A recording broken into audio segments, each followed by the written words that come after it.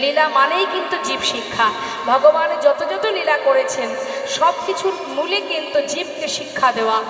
তাহলে এখান থেকে আমরা একটা জিনিস জানতে পারলাম মা, যে দীক্ষা যদি না হয় তাহলে কিন্তু ভগবানের সেবা,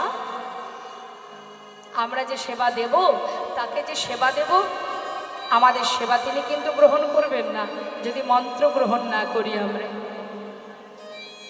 সেবা দিচ্ছি বটে, কিন্তু গুরু কৃপা যদি না হয়, গুরু কৃপা না হলে কিন্তু শাস্ত্রী বললেন কৃষ্ণ কৃপা জগৎময়, গুরু কৃপা কোনো কোনো ভাগ্যবান ভাগ্যবতীর হয়। যদি তোমার গুরু কৃপা হয় তবেই কিন্তু গোবিন্দ সন্তুষ্ট হবে, তাই না? তাই আগে মন্ত্র নিতে হবে, অবশ্যই মন্ত্র নিতে হবে।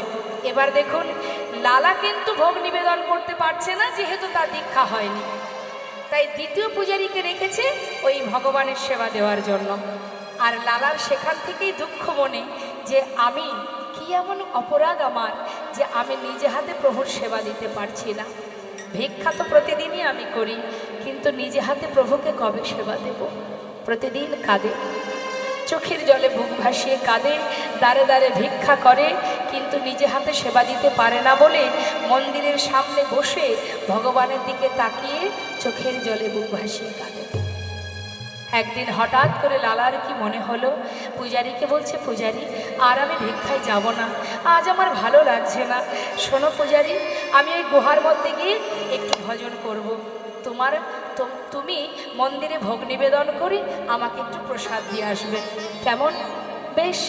লালা কি করেছে, পূজারীকে সব কিছু বলে নিজে চললেন গুহার মধ্যে।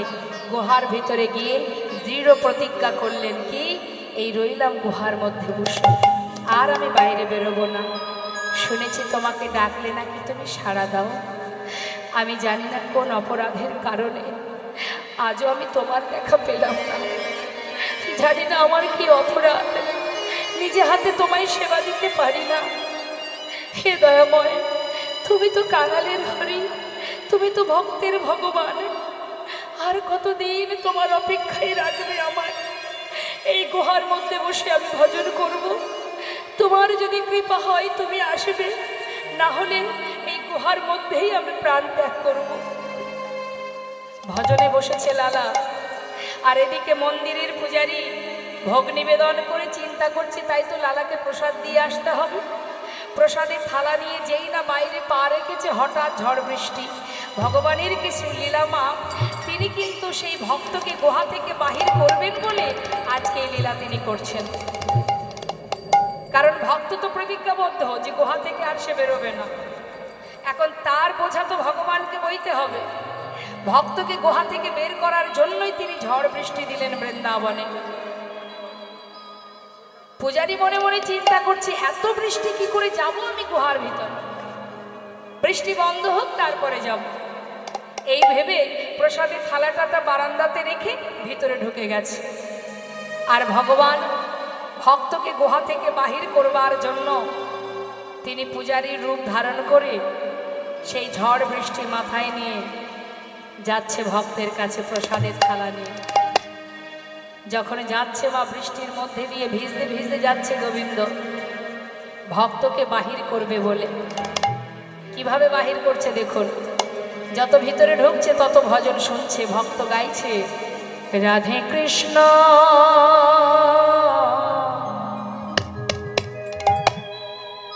রাধে কৃষ্ণ গোবিন্দ গোপাল রাধা রমণ হরে হরে হরে রাধে কৃষ্ণ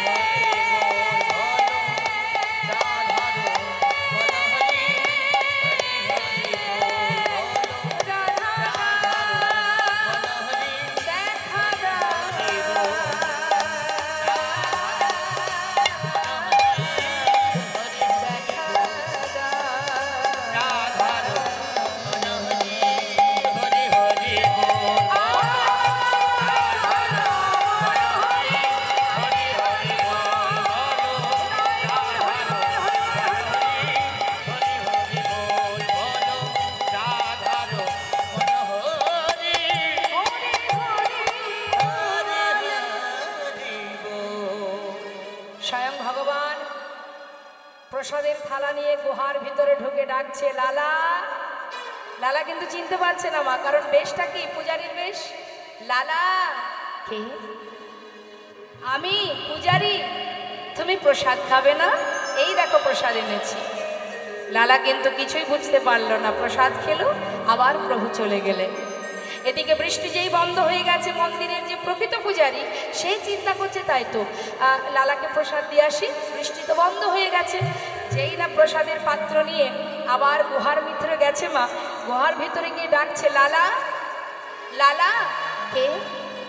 আমি গো পূজারী, তুমি প্রসাদ খাবে না? এই না প্রসাদ। আমি তো খেয়েছি প্রসাদ। খেয়েছো? খেয়ে দিল তোমায়? কেন? তুমি তো এসেছিলে। আমি তো আসিনি। তুমি আসনি? তোমার মতো বেশ, তোমার মতো কণ্ঠস্বর, তোমার মতো দেখতে, তুমি তো এসেছিলে। আমার মনে হয় তুমি হয়তো মনে করতে পারছো না। লালা, বিশ্বাস করো, আমি সত্যি আসিনি। তবে কে এসেছিল?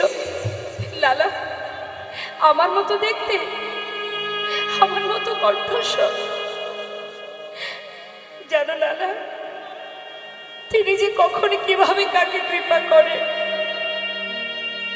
লালা তুমি কাছে পেয়েও চিনতে পারলে না। পূজারী, তুমি কার কথা বলছো? আমি তোমার কথা বুঝতে পারছি না। বলো না, বলো না, কে এসেছিল আমার কাছে, একটিবার বলো না। পূজারী বলছে লালা, এরপরেও জিজ্ঞাসা করছো তুমি? তুমি বুঝতে পারছো না লালা? মিছে কেন পুছো রে, আমার বলা কিছুই না। মিছে কেন পুছো রে, আমার বলা কিছুই না। মিছে কেন পুছো রে, আমার বলা কিছুই না। মিছে কেন পুছো রে, আমার বলা কিছুই না। যে যা করে করেন তিনি, সবার অন্তরে সে যে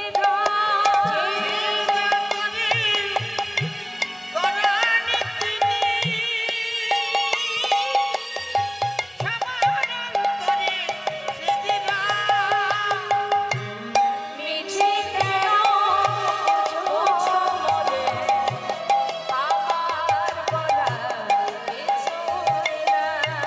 মিছে কেন পুছো রে, আমার বলার কিছুই না। আমার বলার কিছু না, আমার বলার কিছু না, আমার বলার কিছু না। হে কৃষ্ণ, তুমি করুণাময়, তুমি করুণাময়, করুণা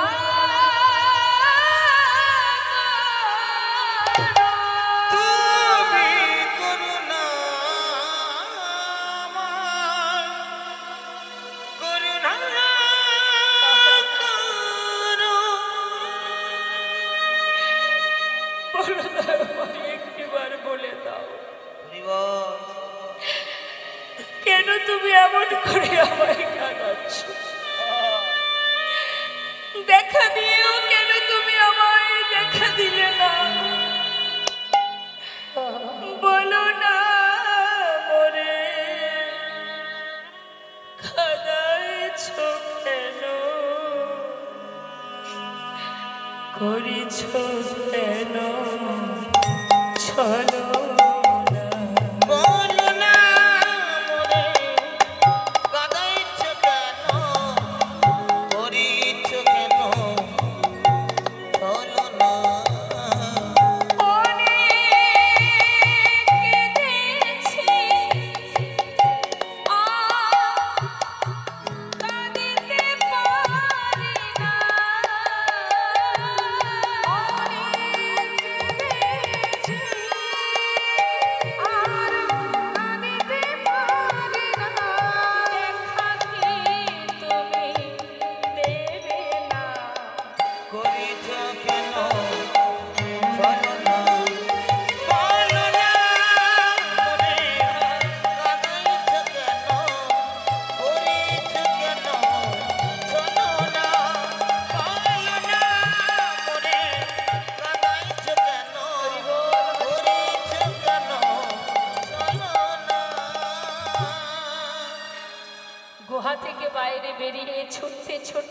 লালা, সেই বাবাজির চরণে গিয়ে চরণটা জড়িয়ে ধরে চরণ তলে আছড়ে পড়ল।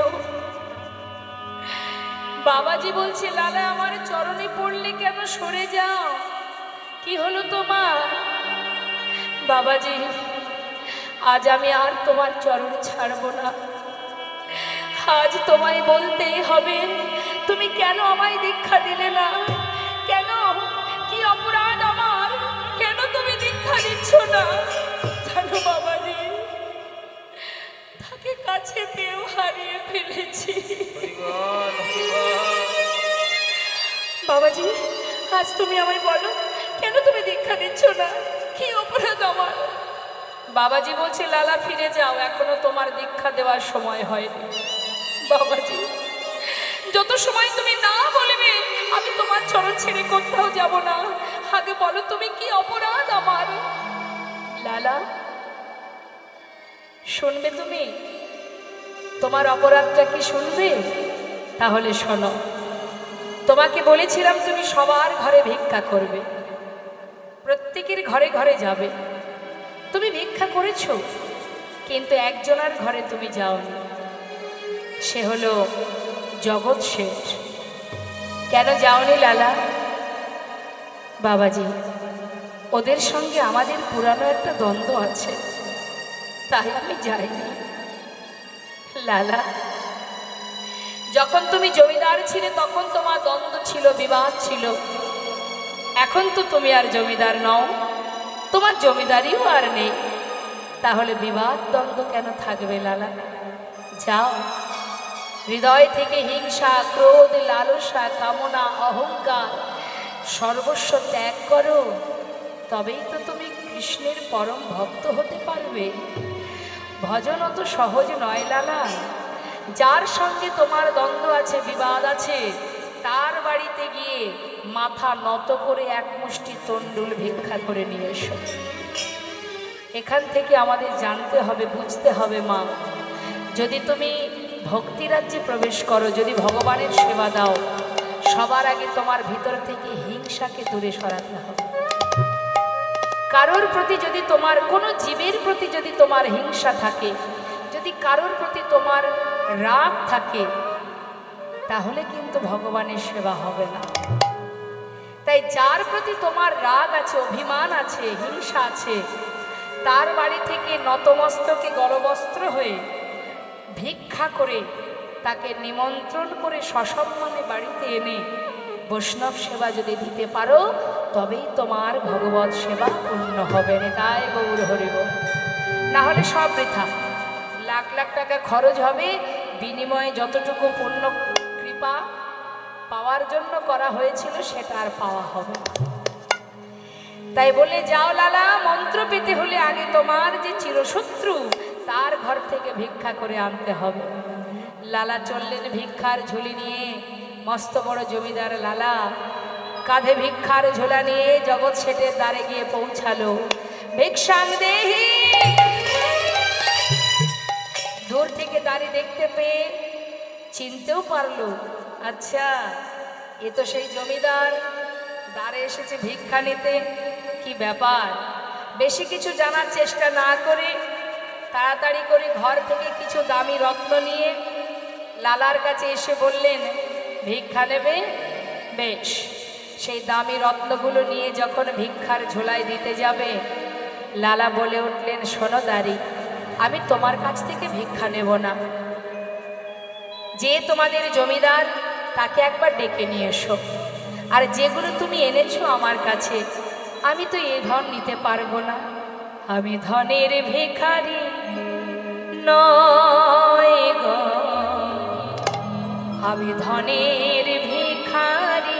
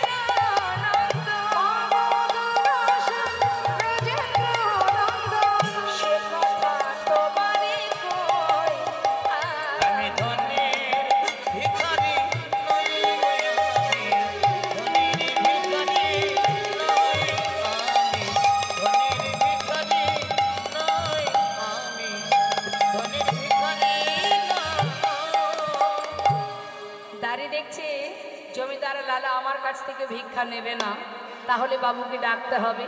ঘরের ভিতরে প্রবেশ করে জগৎ শেঠকে বললেন, বাবু পুরানো শত্রু আপনার দ্বারে দাঁড়িয়ে আছে ভিক্ষার ঝুলি নিয়ে। জগৎ শেঠ বললেন, কে সে? আর কে? সেই বড় জমিদার লালা। বলো কি তুমি? আমি দেখতে চাই তাকে। যখনই কিনা দাড়ির হাত ধরে জগৎ শেঠ সদর দরজায় এলো মা, লালার সর্ব অঙ্গে হরিনাম কৃষ্ণ নাম লেখা, কাঁধে রয়েছে ভিক্ষার ঝোলা, চোখে কৃষ্ণ প্রেমের বাড়ি। এক দৃষ্টিতে তাকিয়ে জিজ্ঞাসা করছে, তুমি যে বেশ পরিধান করে আমার দ্বারে দাঁড়িয়েছ, একটু বলবে এটা তোমার আসল বেশ নাকি কোনো ছলনা? হরিবল হরিবল। কোনো ছলনা নয় তো? তখন লালা বলে উঠলেন, না না, আসিনি আজ তোমার কাছে বন্ধু কোনো ছলনা,